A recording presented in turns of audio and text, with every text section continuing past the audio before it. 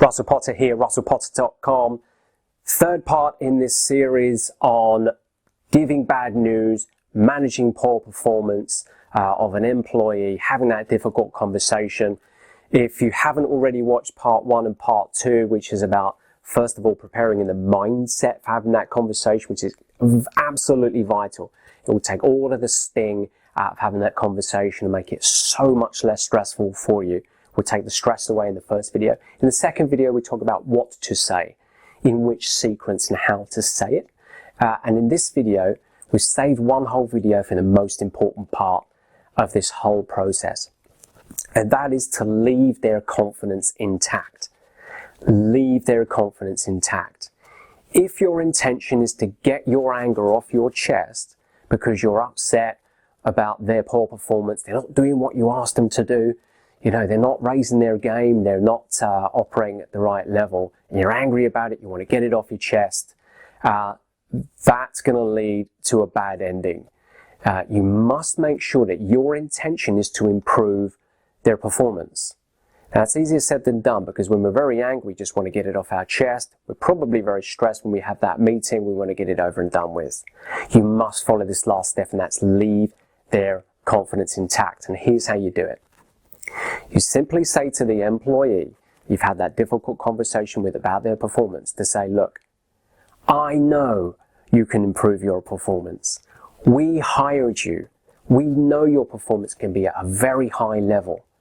It's just during this period, over the past few months, the standard that we expect for you has dropped below the level that we expect from you. I'm formally obliged to start this. We've already had informal conversations. However, I know you can improve your performance because I've already seen your performance is excellent. But I can't allow your performance to fall below the level that we expect from all of the team members, and I would do it for any other team member as well.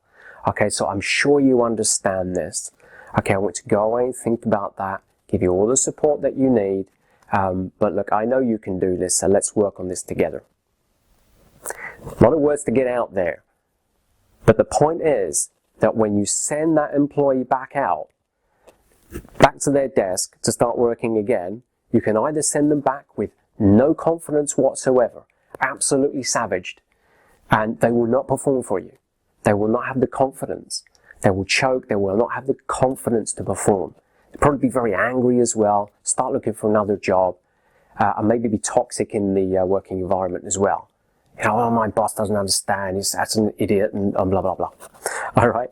You can avoid that by being fair and filling them with confidence when they leave the room that, oh, okay, I understand, this is serious now, but he believes in me. I know that I can do this. I can do this. You want to send them out as a winner, a potential winner who can improve their performance, not as somebody who's wounded. That's a really big mistake to send them back out like that.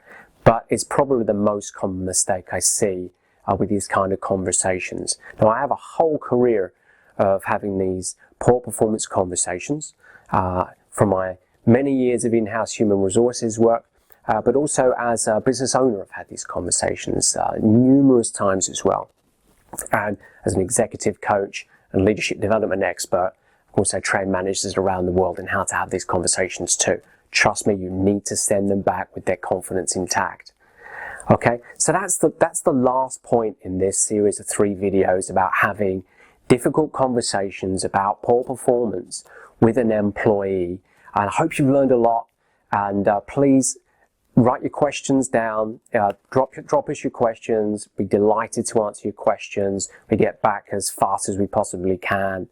Subscribe to the channel, because we'll keep updating this channel with new content all the time that will help you to become a much better manager, especially content that will help you to get your next leadership role.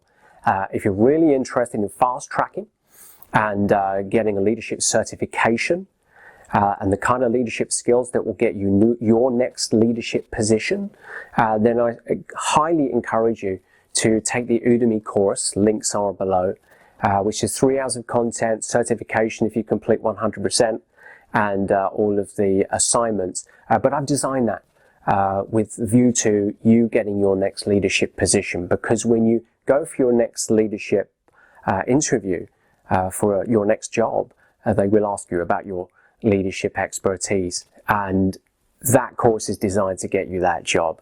All right, so thank you for watching. I hope you gained a lot from this video, and please remember, subscribe, and we'll keep the content coming.